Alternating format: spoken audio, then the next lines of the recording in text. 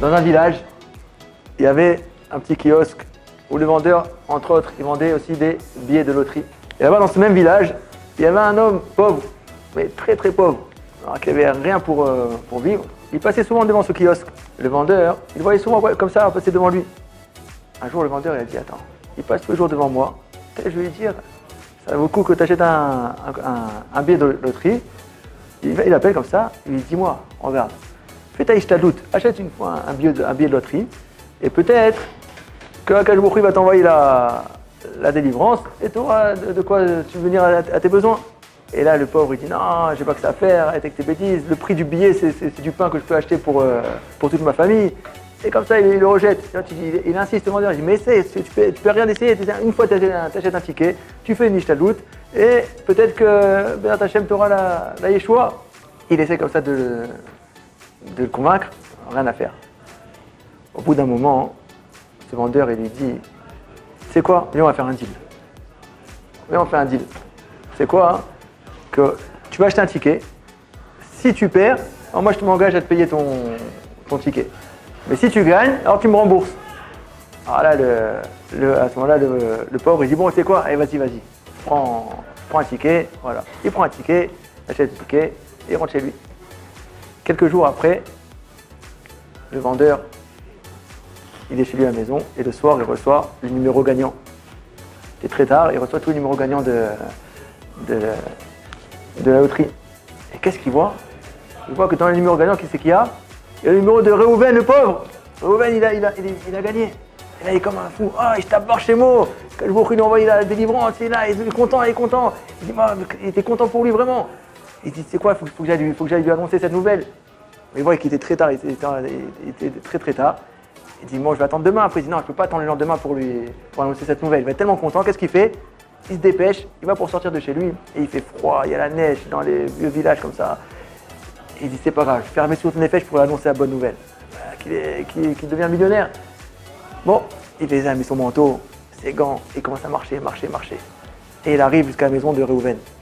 Et là, il arrive chez Reuven et il tape à la porte. Et Reuven, au bout d'un moment, il se réveille. Il dit, oui, qui c'est? Il dit, c'est moi, là, le vendeur des billets. Il dit, ouais, qu'est-ce que tu veux? Il dit, j'ai un truc à te dire. Il dit, non, il est tard, c'est pas le moment. Il dit, non, mais c'est important, j'ai quelque chose à te dire. Et, non, ça va, tu viendras. Mais il insiste. Et il dit, mais je peux pas te dire. Et là, le vendeur, il dit, je peux pas lui annoncer d'un coup qu'il a gagné, ça peut être pas bon pour le cœur. Oh, doucement. Et il voit qu'il veut pas lui ouvrir. Il dit, tu sais quoi?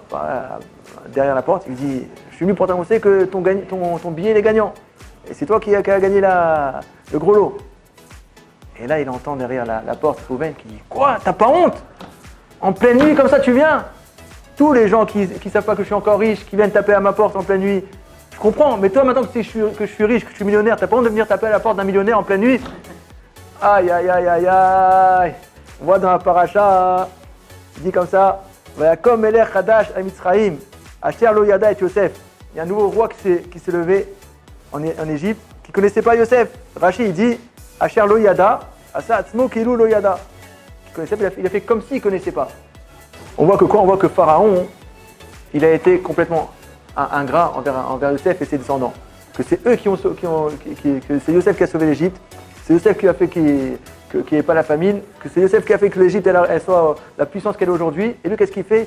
Au lieu de donner du bien aux descendants de Yosef, il les a servis, il les met en esclavage.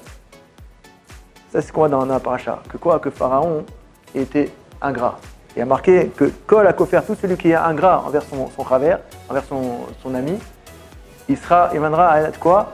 À être ingrat envers Akadosh Baruch Hu.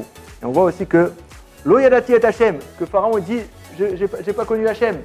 Donc là, on voit que d'un côté, il était ingrat envers les hommes, envers Yosef, et plus loin, il sera ingrat envers Akadosh Baruch Hu. On voit de nos jours que le monde, des fois, si quelqu'un nous fait une tova, il nous fait une bonté, tu vois, t'as une protection, t'as un piston, quelqu'un est à la mairie, il te fait sauter les PV. C'est bien, tu le remercies, etc. Mais est-ce qu'à la maison, est-ce qu'avec nos frères, avec nos femmes, nos enfants, etc., est-ce qu'on a Est-ce qu'avec nos gens avec qui on est proche, est-ce qu'on a de la karatatov ou est-ce qu'on a un gras? Des fois, quelqu'un arrive à la maison et il voit que quoi? Que le repas n'est pas comme il devrait être. Ou il voit que c'est pas rangé comme il devrait être rangé. Mais tous les autres fois, tous les jours, il est venu, c'était oui rangé, c'était oui bien fait, oui le repas était oui servi. Qu'est-ce qu'on fait? On cherche la petite bête. Qu'Akadosh Baruch Hu nous aide à ne pas être comme Pharaon, l'ingrat, et là quoi, remercier toujours pour les choses qu'on reçoit.